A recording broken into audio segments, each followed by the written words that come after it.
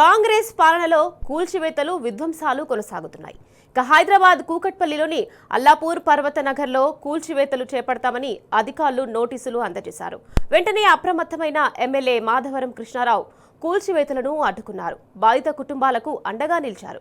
35 ఏళ్లుగా నివాసం ఉంటున్న ఇండ్లను ఎలా తొలగిస్తారని మాధవరం మండిపడ్డారు.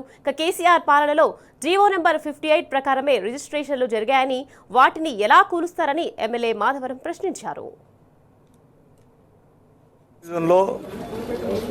1007 సుమారుగా 50 ఏళ్ల కింద నుంచి నివసిస్తున్నటువంటి ఇక్కడున్న ప్రజలందరూ కూడా ఆ రోజున గవర్నమెంట్ ల్యాండ్లో ఉండి కొనుక్కొని కొంతమంది పట్టాలిచ్చి రెగ్యులరైజ్ చేసుకున్న సందర్భాలు ఉన్నాయి.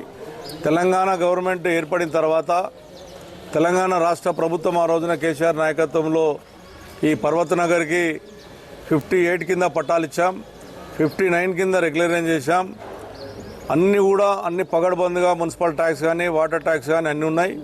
ఈ నడమ ఎవరో నా ప్రైవేట్ ల్యాండ్ అని చెప్పేసి మా కోర్టు ఆర్డర్ తీసుకొచ్చి అందులో కూడా ఏకపక్ష మా వాళ్ళు అటెండ్ కాక ఇక్కడ ఉన్నటువంటి ఎవరు అటెండ్ కాక ఏకపక్ష ఆర్డర్ తీసుకొచ్చి మాదని చెప్పి భయబాంధులు చేస్తూ ఉన్నాడు.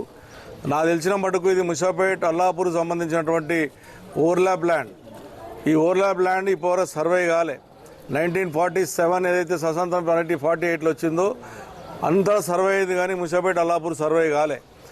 ఆ సర్వే చేస్తే గుట్టం బేగంపేటలో ఉన్నటువంటిది అన్నీ కూడా మా కుక్కట్పల్లి మండలికే ల్యాండ్ వస్తుంది తప్ప ఇది అక్కడికి రాదు.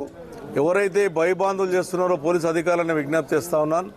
కోర్టు ఆర్డర్లు పట్టుకొచ్చి ఏదో నంబర్ పట్టుకొచ్చి భయబాంధులు చేస్తే ప్రజలకు ఇబ్బంది పడే ప్రమాదం ఉంది. ప్రజలేమైనా చేసుకుంటే బాధ్యత ఇక్కడ ఉన్నటువంటి సిఐ కానీ ఇక్కడ ఉన్నటువంటి గవర్నమెంటే బాధ్యత వహించవలసి వస్తుంది. మేము 35 ఏళ్ల నుంచి ఇక్కడ కట్టుకొని ఉంటున్నాము. ఇప్పటి వరకు ఎవరు రాలేరు. మాకు పట్టాలు ఇచ్చారు, రిజిస్ట్రేషన్లు చేశారు. ఇప్పుడు వచ్చి ఒక్కొక్క ఇంటికి వచ్చి 5-6 మంది వచ్చి మేము గెలిచినాము కోట్ల ఖాళీ చేయండి అని మాకు భయపెడుతున్నారు. మాకు ఇట్లా చెప్తున్నారు. రోజు ఒకరు వస్తున్నారు చెప్పడానికి మేము గెలిచినాము, మీరు ఖాళీ చేయండి, ఇది మేము వచ్చి కూల కొడతామని.